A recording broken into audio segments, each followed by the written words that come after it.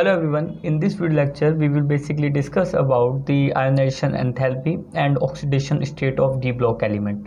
जैसे कि आप लोगों को पता है कि जो डी ब्लॉक एलिमेंट हैं वो एस ब्लॉक और पी ब्लॉक एलिमेंट्स के बीच में प्रेजेंट होते हैं। जो उनकी पीरियोडिक पोजीशन है वो एस ब्लॉक एलिमेंट और पी ब्लॉक एलिमेंट्स के बीच में है, तो इसलिए इनकी जो ऑक्सीडेशन स्टेट है और जो आयनाइजेशन एंथैल्पी है उसका ट्रेंड काफ़ी डिफरेंट हो जाता है, या आप ये कह सकते हैं कि दोनों से रिलेट करता है।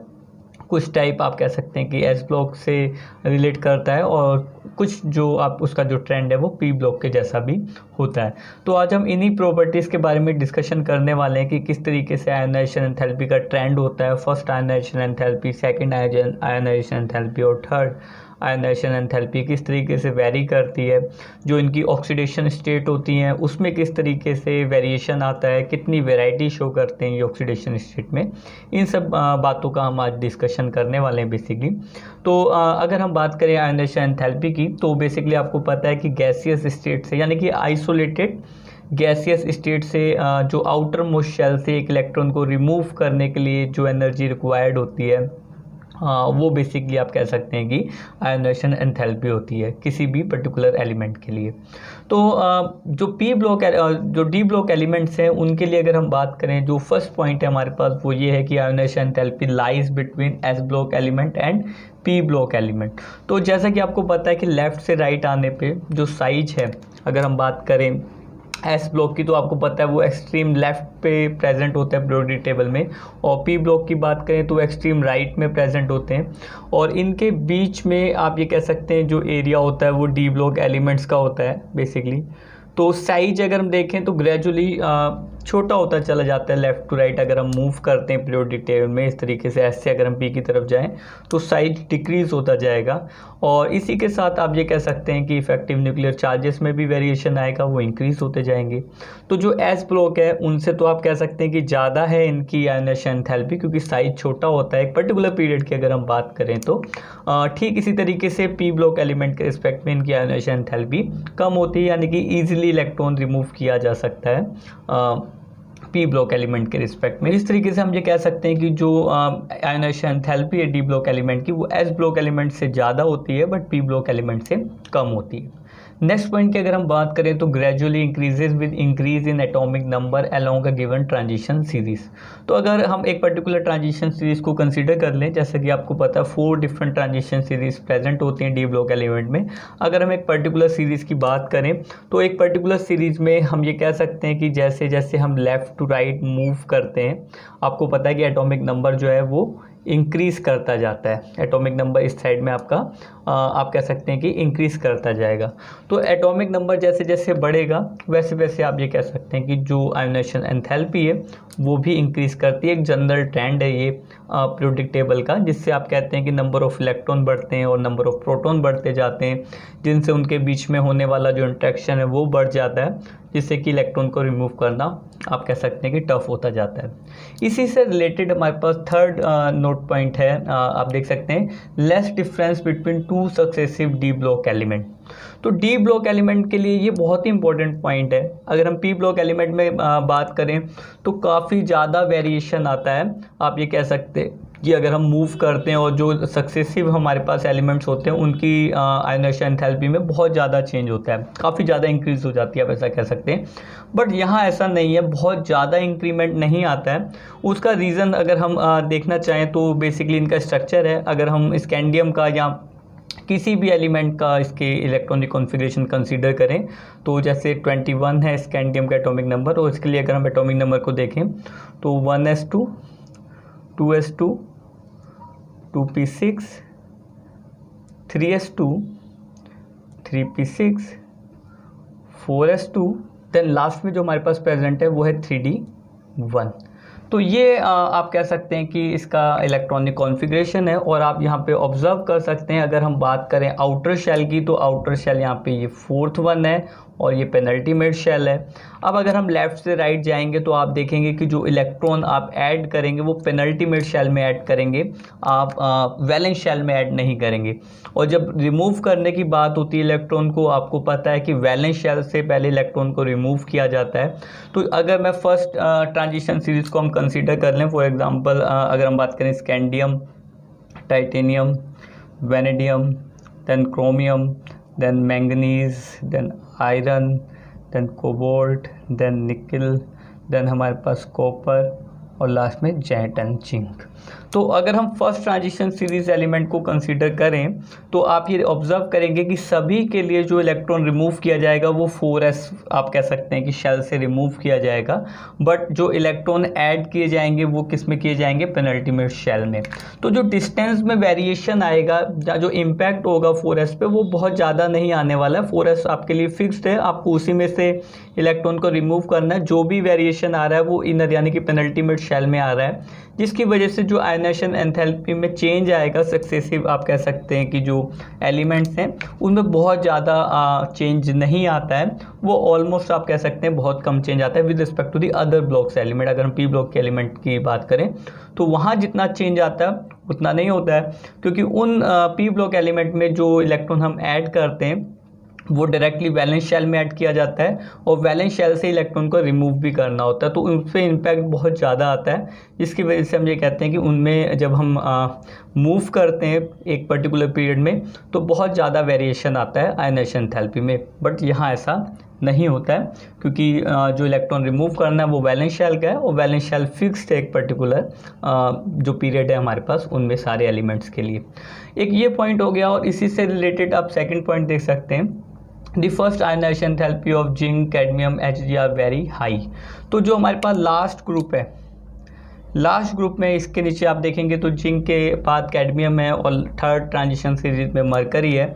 चूँकि इनका जो इलेक्ट्रॉनिक कॉन्फ़िगरेशन है वो कम्प्लीटली फिल्ड होता है, तो जिंक के लिए 4s2 3d10 है, कम्प्लीटली फिल्ड इलेक्ट्रॉनिक कॉन्फ़िगरेशन है। इसी तरीके से कैडमियम की अगर बात की जाए तो 5s2 4d10 है, और देन Hg के लिए आप कह सकते हैं 6s2 और 5d10 इलेक्ट्रॉनिक कॉन्फ़िगरेशन होता है, कम्प्लीटली फिल्ड। चूँकि सब शेल्स होती हैं तो इलेक्ट्रॉन रिमूव करके उनकी जो स्टेबिलिटी है वो लॉस हो जाती है, जिसकी वजह से इलेक्ट्रॉन को वो रिमूव नहीं करना चाहते हैं। तो ये एक पर्टिकुलर आप कह सकते हैं ट्रेंड होता है इसमें। नेक्स्ट पॉइंट अगर हम देखें तो high difference between second third ionization enthalpy of two successive D block element. तो जितना डिफरेंस हम यहाँ पे कह रहे थे कि जो फर्स्ट आयनाइजेशन एंथैल्पी के लिए होता है दो पर्टिकुलर सक्सेसिव एलिमेंट के लिए, उससे ज़्यादा डिफरेंस आ जाता है सेकेंड और third basically third transition series के लिए। तो इसका रीज़न सिंपल है, ट्रांजिशन जो सीरीज़ है उसमें जब हम थर्ड इलेक्ट्रॉन को रिमूव करते हैं तो वो बेसिकली वैलेंस शेल हो जाती है। आप कह सकते हैं कि उसके बाद जो 3D है, अगर हम फर्स्ट ट्रांजिशन सीरीज़ की बात करें तो 3D एक्सपोज हो जाएगी। अगर हम सेकेंड आयनाइजेशन एंथैल्पी को परफॉर्म कर चुके हैं, दो इलेक्ट्रॉन को हम रिमूव कर चुके हैं और फिर हम थर्ड वन को रिमूव करने जा रहे हैं, तो फिर वो आउटर शेल ही है, आप ये कह सकते हैं वो सबसे ज़्यादा एक्सपोज है, और उस पर आप कह सकते हैं कि जो इंट्रैक्शन होता है पर्टिकुलर न्यूक्लियस से और इलेक्ट्रॉन की नंबर्स का वो ज़्यादा डोमिनेटिंग हो जाता है, जिससे आप लेफ़्ट से राइट जाएंगे तो इलेक्ट्रॉन चूँकि बढ़ते जाएंगे डी में, तो वो फिर आप इम्पैक्ट कह सकते हैं कि जैसे पी ब्लॉक एलिमेंट में शो होता है उसी टाइप का जो इम्पैक्ट है फिर थर्ड आयनाइजेशन एंथैल्पी के लिए शो होता है।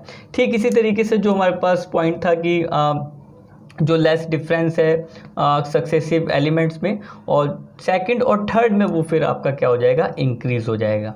इसी से रिलेटेड एक नेक्स्ट हमारे पास पॉइंट है कि first ionization enthalpy of 5D element is higher than 3D और 4D। तो जो फिफ्थ ट्रांजिशन सीरीज़ है उसकी आयनाइजेशन एंथैल्पी काफ़ी ज़्यादा होती है फर्स्ट और सेकंड ट्रांजिशन सीरीज़ के एलिमेंट के रिस्पेक्ट में, यानी कि 5D जो है वो थर्ड ट्रांजिशन सीरीज़ है, 3D और 4D फर्स्ट और सेकंड ट्रांजिशन सीरीज़ है। तो फर्स्ट और सेकंड ट्रांजिशन सीरीज़ के रिस्पेक्ट में थर्ड ट्रांजिशन सीरीज़ का आयनाइजेशन एंथैल्पी फर्स्ट एंथैल्पी काफ़ी ज़्यादा वैल्यू आप कह सकते हैं अटेन करती है, जिसका रीज़न है वहाँ पे एफ इलेक्ट्रॉन्स की प्रेजेंस। तो 5D जो सीरीज़ है हमारे पास, यानी कि जो थर्ड ट्रांजिशन सीरीज़ है, वहाँ पे एफ इलेक्ट्रॉन इंट्रोड्यूस हो जाते हैं, जिनकी शील्डिंग का इम्पैक्ट आप कहते हैं कि काफ़ी कम होता है, और लेस शील्डिंग की वजह से, स्क्रीनिंग इफेक्ट की वजह से आप ये कह सकते हैं कि वो न्यूक्लियस को कैप्चर नहीं कर पाते हैं, जिनसे आउटर शेल में उसका इन्फ्लुएंस काफ़ी ज़्यादा हो जाता है, उसका इम्पैक्ट बहुत ज़्यादा बढ़ता है, जिसकी वजह से आप ये कह सकते हैं कि जो 6s इलेक्ट्रॉन्स होते हैं, अगर 5d सीरीज़ की बात करें तो वहाँ पे जो वैलेंस इलेक्ट्रॉन होंगे वो 6s हो जाएंगे। वो बहुत अच्छे से इंटरेक्ट हो जाते हैं न्यूक्लियस से और उनको रिमूव करना बहुत ही टफ हो जाता है। तो अगर हम इनका ट्रेंड देखें, जैसे अभी हमने बात की थी कि लेफ़्ट से राइट जाने पे इंक्रीज़ करती है आयनाइजेशन एंथैल्पी, तो रेगुलर ट्रेंड थोड़ा नहीं होता है। बेसिकली अगर हम फर्स्ट ट्रांजिशन सीरीज़ की बात करें तो वो बेसिकली इंक्रीज़ करती है फर्स्ट, और देन थोड़ा सा डिक्रीमेंट आता है, क्योंकि जब हम इलेक्ट्रॉन ज़्यादा बढ़ा देते हैं तो उसमें फिर रिपल्शन होने लग जाता है, साइज थोड़ा सा एक्सपेंड करने लग जाता है। तो एक कांस्टेंट ट्रेंड आता है आप कह सकते हैं Fe के बाद, और फिर लास्ट में जिंक में बहुत ज़्यादा इंक्रीमेंट हो जाता है। इस तरीके से ये ट्रेंड आप ऑब्जर्व कर सकते हैं। बहुत ज़्यादा चेंज नहीं है दो सक्सेसिव एलिमेंट्स के बीच में, और लास्ट वाले में हम ये कह सकते हैं कि काफ़ी ज़्यादा ये इंक्रीज़ हो जाता है जिंक के लिए।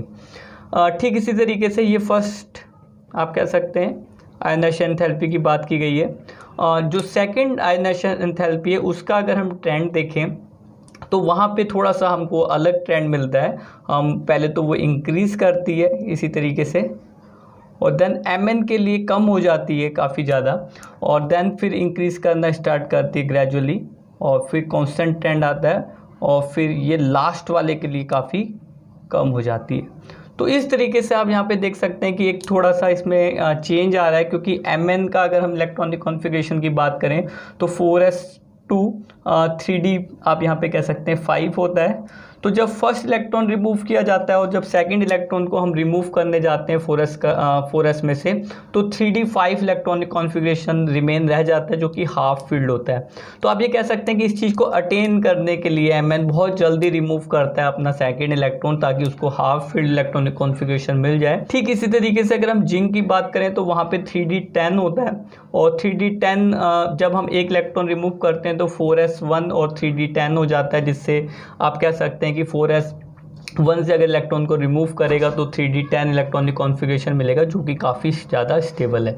तो इस चीज़ को अटेन करने के लिए क्या करता है, ये अपना सेकंड इलेक्ट्रॉन को बहुत जल्दी रिमूव करता है ताकि उसको बहुत ज़्यादा स्टेबिलिटी मिल जाए।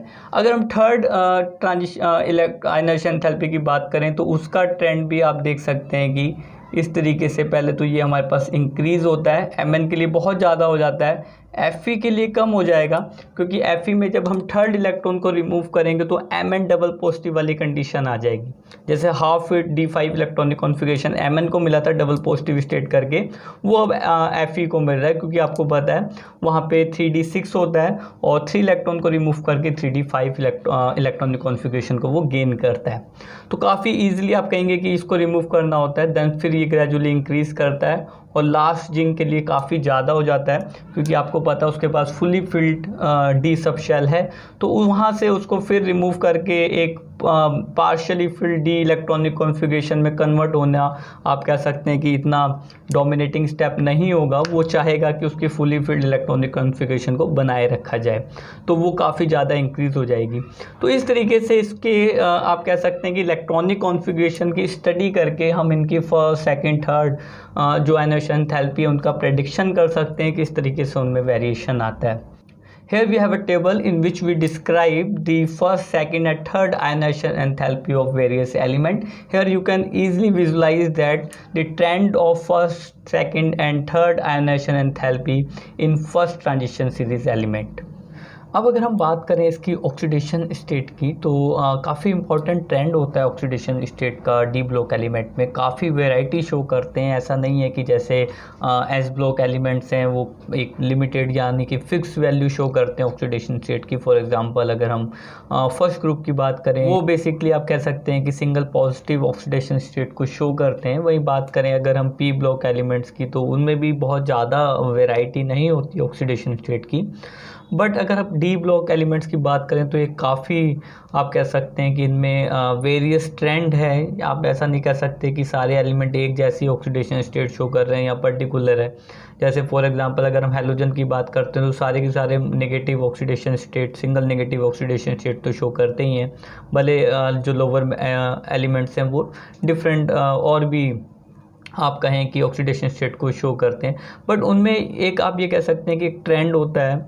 डी ब्लॉक एलिमेंट में ऐसा ट्रेंड जनरली ऑब्जर्व नहीं होता है, उसमें काफ़ी आप कह सकते हैं कि वेराइटीज़ होती हैं। तो उन्हीं को हम देखेंगे कि किस तरीके से ये डिफरेंट ऑक्सीडेशन स्टेट को शो करते हैं। अगर बात की जाए ऑक्सीडेशन स्टेट की, यानी कि इसकी डिफाइन की, तो basically it is a numerical value और a numerical charge which is assigned by an atom of an element in its combine state. तो कंबाइन स्टेट में आप ये कह सकते हैं कि जो एटम होता है उस पर जो चार्ज आता है, न्यूमेरिकल चार्ज की जो वैल्यू होती है वही ऑक्सीडेशन स्टेट है। तो बेसिकली ये बताता है कि जब कंपाउंड फॉर्म होते हैं तो उस पर किस तरीके के चार्जेस आ सकते हैं, किस तरीके के चार्जेस के साथ वो कंपाउंड्स को फॉर्म करता है। तो इससे ये आप कह सकते हैं कि ऑक्सीडेशन स्टेट के हेल्प से हमको पता चल पाता है। तो अगर बात की जाए डी ब्लॉक एलिमेंट की, और इसका जो फर्स्ट पॉइंट है, they show variable oxidation state except zinc, cadmium और मरकरी, यानी कि जो लास्ट मेंबर होते हैं पर्टिकुलर एक ट्रांजिशन सीरीज़ के जो लास्ट मेंबर्स हैं वो वेरिएबल ऑक्सीडेशन स्टेट शो नहीं करते हैं। उसके अलावा जितने भी जितने भी एलिमेंट्स हैं जनरली वो आप कह सकते हैं कि वेरिएबल ऑक्सीडेशन स्टेट को शो करते हैं। तो अगर बात की जाए कि ये क्यों है ऐसा कि ये वेरिएबल ऑक्सीडेशन स्टेट को शो करते हैं, तो उसके लिए आप एक किसी भी एलिमेंट का एटॉमिक इलेक्ट्रॉनिक कॉन्फ़िगरेशन को कंसीडर कर सकते हैं, जैसे हम स्कैंडियम का करते हैं। तो बेसिकली हम स्कैंडियम को कंसीडर कर सकते हैं जो कि फर्स्ट मेंबर है। तो 1s2, 2s2, 2p6, 3s2, 3p6, then 4s2 और लास्ट में हमारे पास 3d1। तो यहाँ जैसा आप देखते हैं कि पहले हमारे पास 4s में इलेक्ट्रॉन फिल होता है, देन 3d में होता है। तो अगर हम इसको ड्रॉ करें इस तरीके से, देखें हमारे पास ये आप कह सकते हैं 4s है, और इस तरीके से हमारे पास ये आप d को सपोज कर सकते हैं 1 2। और अगर बात की जाए यहाँ पे 1 इलेक्ट्रॉन है, यहाँ पे हमारे पास 2 इलेक्ट्रॉन्स हैं। तो पहली चीज़ तो ये जो इनको आप कह सकते हैं कि वेरिएबल ऑक्सीडेशन स्टेट शो करने के लिए टेंस करती है वो है 4s और 3d की equal energy, almost equal energy का होना। तो आप ये कह सकते हैं कि ये दोनों कंबाइन होके आप एज अ वैलेंस इलेक्ट्रॉन इनको ट्रीट कर सकते हैं, यानी कि 3d और 4s में बहुत ज़्यादा एनर्जी डिफरेंस नहीं है। तो एक ये पर्टिकुलर रीज़न होता है इसकी ऑक्सीडेशन स्टेट को शो करने का, वेरिएबल ऑक्सीडेशन स्टेट को शो करने का। एक और पॉइंट आप यहाँ पे कंसीडर कर सकते हैं, जनरली क्या होता है कि जैसे पी ब्लॉक एलिमेंट हैं या एस ब्लॉक एलिमेंट हैं, तो उनमें जब हम इलेक्ट्रॉन्स को रिमूव करते हैं तो वो बेसिकली एक ही शेल्स के इलेक्ट्रॉन्स होते हैं। फॉर एग्जांपल अगर हम बात करें यहाँ पे सोडियम की बात कर सकते हैं, या आप बात कर सकते हैं कैल्शियम की, एल्यूमिनियम की।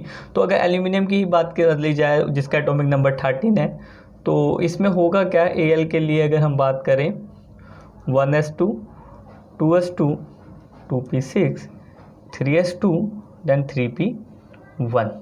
तो अब यहाँ पे आप देखेंगे कि जब हम इलेक्ट्रॉन को रिमूव कर रहे हैं तो हम एक इलेक्ट्रॉन रिमूव कर सकते हैं, देन उसके बाद सीधे हम क्या रिमूव करेंगे, जो लास्ट शेल है उसको जब हम रिमूव कर देंगे कम्प्लीटली, यानी कि Al ट्रिपल पॉजिटिव जब फॉर्म हो जाएगा, अब उसके बाद जो शेल आती है हमारे पास, यानी कि वैलेंस शेल को जब हम इलेक्ट्रॉन्स रिमूव करते हैं उसके बाद जो हमको शेल मिलती है वो कम्प्लीटली फिल्ड होती है, यानी कि इनर्ट इलेक्ट्रॉनिक कॉन्फ़िगरेशन आप कंसीडर कर सकते हैं इस रीजन का, ये रिएक्टिव नहीं है। बट डी ब्लॉक में ऐसा नहीं होता है। आपको पता है कि यहाँ पे पेनल्टीमेट शेल जो होती है वो भी पार्शियली फिल्ड होती है। तो जब हम आप कहेंगे कि जब हम बैलेंस शेल के इलेक्ट्रॉन को रिमूव करते हैं, for example first electron remove किया, सिंगल पॉजिटिव फॉर्म किया, सेकंड इलेक्ट्रॉन रिमूव किया, डबल पॉजिटिव फॉर्म किया, देन जब आप इंट्रोड्यूस होंगे जो लोअर शेल है वहाँ पे, तो वो भी आपकी कंप्लीटली फिल्ड नहीं होती है। तो वहाँ से फिर से इलेक्ट्रॉन को रिमूव करने की अपॉर्चुनिटी आप कहते हैं कि बनी रहती है, हम इलेक्ट्रॉन को रिमूव कर सकते हैं, वो इनर्ट नहीं होती है। तो फिर डी वाले भी आप कह सकते हैं इन्वॉल्व हो जाते हैं। पहली बात कर चुके हैं, इनकी जो एनर्जीज हैं वो सेम है। और देन अगर आप देखें तो जब हमने वैलेंस शेल के इलेक्ट्रॉन को रिमूव किया है और हम पेनल्टीमेट शेल में गए हैं, वो इनर्ट नहीं है, वहाँ पर भी आप कह सकते हैं कि पार्शियली फील्ड है। तो वहाँ से अगेन फिर इलेक्ट्रॉन्स को रिमूव करने का ट्रेंड आप स्टार्ट कर सकते हैं। तो जिससे आप कह सकते हैं कि एक बहुत ही ज़्यादा वेरिएबल ऑक्सीडेशन स्टेट हमको इनकी ऑब्जर्व हो सकती है। अगर नेक्स्ट पॉइंट की बात की जाए कि मिनिमम ऑक्सीडेशन स्टेट इनकी क्या कितनी हो सकती है, तो minimum oxidation state basically number of electron in s sub shell, यानी कि जो आउटर शेल होती है एस में, एनएस जो है उसमें बेसिकली 2 इलेक्ट्रॉन्स होते हैं। तो इनकी जो जनरल मिनिमम ऑक्सीडेशन स्टेट होती है वो कितनी होती है, +2। बट यहाँ पे नोट करने की बात है, जो एक्सेप्शनल इलेक्ट्रॉनिक कॉन्फ़िगरेशन है, फॉर एग्जांपल Cr की अगर हम बात करें क्रोमियम की, या फिर कॉपर की बात करें, जहाँ पे आप देखेंगे कि जो इलेक्ट्रॉनिक कॉन्फ़िगरेशन है वो 4s1 और 3d5 क्रोमियम के लिए, और ठीक इसी तरीके से कॉपर की अगर बात करें तो 4s1 और 3d10 इस तरीके से। तो यहाँ पे आप देखेंगे कि s में इलेक्ट्रॉन जो है वो 1 है, तो इनके लिए आप कह सकते हैं कि सिंगल पॉजिटिव ऑक्सीडेशन स्टेट भी एक स्टेबल ऑक्सीडेशन स्टेट होती है, वो सिंगल पॉजिटिव ऑक्सीडेशन स्टेट के साथ भी कंपाउंड्स को फॉर्म कर सकते हैं। जो बेसिकली आप देखते हैं कि क्यूप्रस भी होता है, क्यूप्रिक भी स्टेट हमारे पास होती है। तो ये रीज़न है, यहाँ पे आप देख सकते हैं कि सिंगल पॉजिटिव ऑक्सीडेशन स्टेट को शो करने का। बाकी जो फर्स्ट ग्रुप के अगर हम फर्स्ट ट्रांजिशन सीरीज़ की बात करें तो वो शो नहीं करते हैं सिंगल पॉजिटिव, उसमें आपके जो मेन है वो 2 एलिमेंट्स है वही शो कर पाते हैं। मैक्सिमम ऑक्सीडेशन स्टेट की अगर बात की जाए तो total number of electron in ns and unpaired electron in n-1d orbitals. तो जितने हमारे पास आप देख सकते हैं, क्योंकि इनकी एनर्जी अभी हमने बात किया कि इनकी एनर्जी ऑलमोस्ट इक्वल है, तो कंबाइन फॉर्म में इसमें जो अनपेयर्ड इलेक्ट्रॉन होते हैं वो, और जो आपके पास s के इलेक्ट्रॉन है वो। तो फॉर एग्जांपल अगर हम mn की बात करें तो mn में हमारे पास इस तरीके से ये कंडीशन है, तो 2 + 5 यानी कि +7 ऑक्सीडेशन स्टेट mn शो कर सकता है। तो mn 7 पॉजिटिव आप सपोज कर सकते हैं कि फॉर्म करता होगा। नेक्स्ट पॉइंट की अगर बात की जाए तो highest oxidation state is shown by ruthenium and osmium, that is +8। तो जो रुथेनियम और जो ऑस्मियम है ये बेसिकली 8th ग्रुप के एलिमेंट हैं, और यहाँ पे आप देखेंगे कि ये आप कह सकते हैं कि सेकंड ट्रांजिशन सीरीज़ का मेंबर है रुथेनियम और थर्ड ट्रांजिशन सीरीज़ का मेंबर है ऑस्मियम। तो यहाँ पे एक पेयर्ड अप आप कह सकते हैं, एक पेयर ग्रुप होता है इलेक्ट्रॉन का, एक आप कह सकते हैं कि इलेक्ट्रॉन पेयर प्रेजेंट है। तो ये आप जैसे बात कर रहे थे कि अनपेयर्ड इलेक्ट्रॉन हमारे पास और जो एस इलेक्ट्रॉन है वो मिलके मैक्सिमम ऑक्सीडेशन स्टेट शो करते हैं। तो यहाँ एक एक्सेप्शन आपको मिलेगा कि ये जो पेयर्ड अप हैं ये भी आप कह सकते हैं कि इलेक्ट्रॉन रिमूव हो सकते हैं, एज आप कह सकते हैं कि बॉन्डिंग में पार्टिसिपेट कर सकते हैं। तो इसकी वजह से ये क्या है कि +8 ऑक्सीडेशन स्टेट को भी शो कर सकते हैं। तो 2 एलिमेंट हमारे पास ऐसे हैं जो ऐसा कर सकते हैं, +8 ऑक्सीडेशन स्टेट को शो कर सकते हैं। अगर फर्स्ट सीरीज की बात की जाए तो वहाँ +8 ऑक्सीडेशन स्टेट शो नहीं होती है किसी के भी थ्रू, वहाँ जो मैक्सिमम ऑक्सीडेशन स्टेट है वो Mn ही शो करता है जो कि +7 है। नेक्स्ट पॉइंट की अगर बात की जाए तो across the period oxidation state first increases and then decreases. तो जैसा कि आपको पता है कि जब हम पीरियड में अगर हम मूव करें, for example scandium, then titanium, then vanadium, then chromium, Mn, Fe, cobalt, nickel, तो इस तरीके से अगर हम मूव करेंगे तो आपको पता है कि फर्स्ट अनपेयर्ड इलेक्ट्रॉन इंक्रीज करते हैं, Mn तक आपको कह सकते हैं कि 5 अनपेयर्ड इलेक्ट्रॉन आ जाएंगे, देन पेयरिंग स्टार्ट हो जाती है और यहाँ पे आपको एक भी पेयर्ड अप इलेक्ट्रॉन नहीं मिलता है। तो यहाँ पे जिंक की अगर आप बात करें तो ये +2 ऑक्सीडेशन स्टेट ही शो कर सकता है, इससे ज़्यादा ऑक्सीडेशन स्टेट शो जनरली नहीं करता है।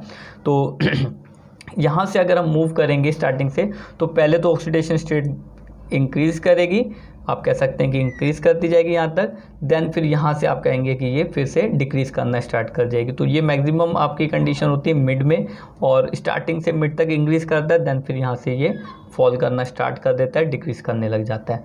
तो इधर भी डिक्रीज़ करेगा, इस तरीके से आप कह सकते हैं ये डिक्रीज़ कर रहा है, और इधर भी ये डिक्रीज़ करता है, इस तरीके से दोनों साइड पे। तो जो मिड में होते हैं यानी कि आप कह सकते हैं 7 ग्रुप एलिमेंट और जो 8th ग्रुप एलिमेंट है वहाँ पे आपको मैक्सिमम ऑक्सीडेशन स्टेट मिल जाती है, देन उसके राइट साइड में भी और लेफ्ट साइड में भी ऑक्सीडेशन स्टेट जनरली डिक्रीज़ करती जाती है, जो मैक्सिमम ऑक्सीडेशन स्टेट है। और नंबर्स भी आप कह सकते हैं कि शो करने का जो ट्रेंड है वो कम होता जाता है। तो एक मैक्सिमम ऑक्सीडेशन स्टेट शो करना वो भी मिड वाले शो करते हैं, और नंबर्स में ज़्यादा ऑक्सीडेशन स्टेट को शो करना वो भी मिड वाले जो एलिमेंट्स है वो ज़्यादा शो करते हैं। आप दोनों साइड पे जब मूव करेंगे तो नंबर्स भी डिफरेंट टाइप के ऑक्सीडेशन स्टेट को शो करने का ट्रेंड भी आप कहेंगे कि वो डिक्रीज़ होता जाता है। अब अगर नेक्स्ट पॉइंट की बात की जाए तो compound with low oxidation state are ionic while with high oxidation state are covalent. तो जनरल ट्रेंड होता है केमिस्ट्री में, जो भी आप एलिमेंट कंसीडर करें, अगर उसके डिफरेंट कंपाउंड्स को आप कंसीडर करें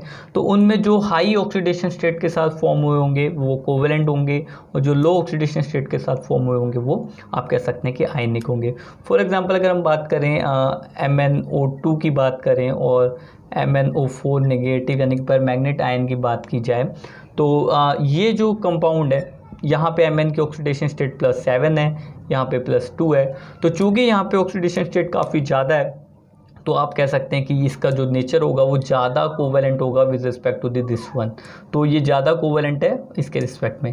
तो जो बेसिक आइडिया है इसके पीछे वो ये होता है कि जितना ज़्यादा ऑक्सीडेशन स्टेट आती है, +7 है, यहाँ पे +4 है, सॉरी यहाँ पे +4 है।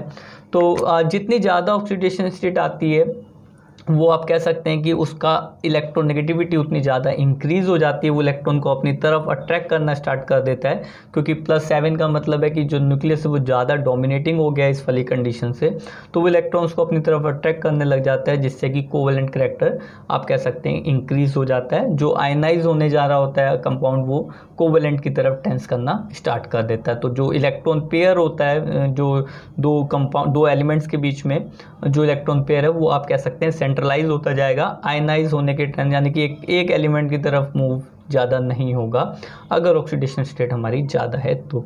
अब अगर हम कंपैरिजन करें कुछ ऑक्सीडेशन स्टेट्स का एलिमेंट्स की, तो आप देखेंगे कि किस तरीके से कोई एलिमेंट कोई ऑक्सीडेशन स्टेट ज़्यादा प्रेफरेबली शो करता है और कोई एलिमेंट किसी और स्टेट को ज़्यादा आप कह सकते हैं कि डोमिनेटिंगली शो करता है। तो अगर टाइटेनियम की बात करते हैं तो टाइटेनियम 4 पॉजिटिव जो है वो ज़्यादा स्टेबल होता है टाइटेनियम ट्रिपल पॉजिटिव की रिस्पेक्ट में।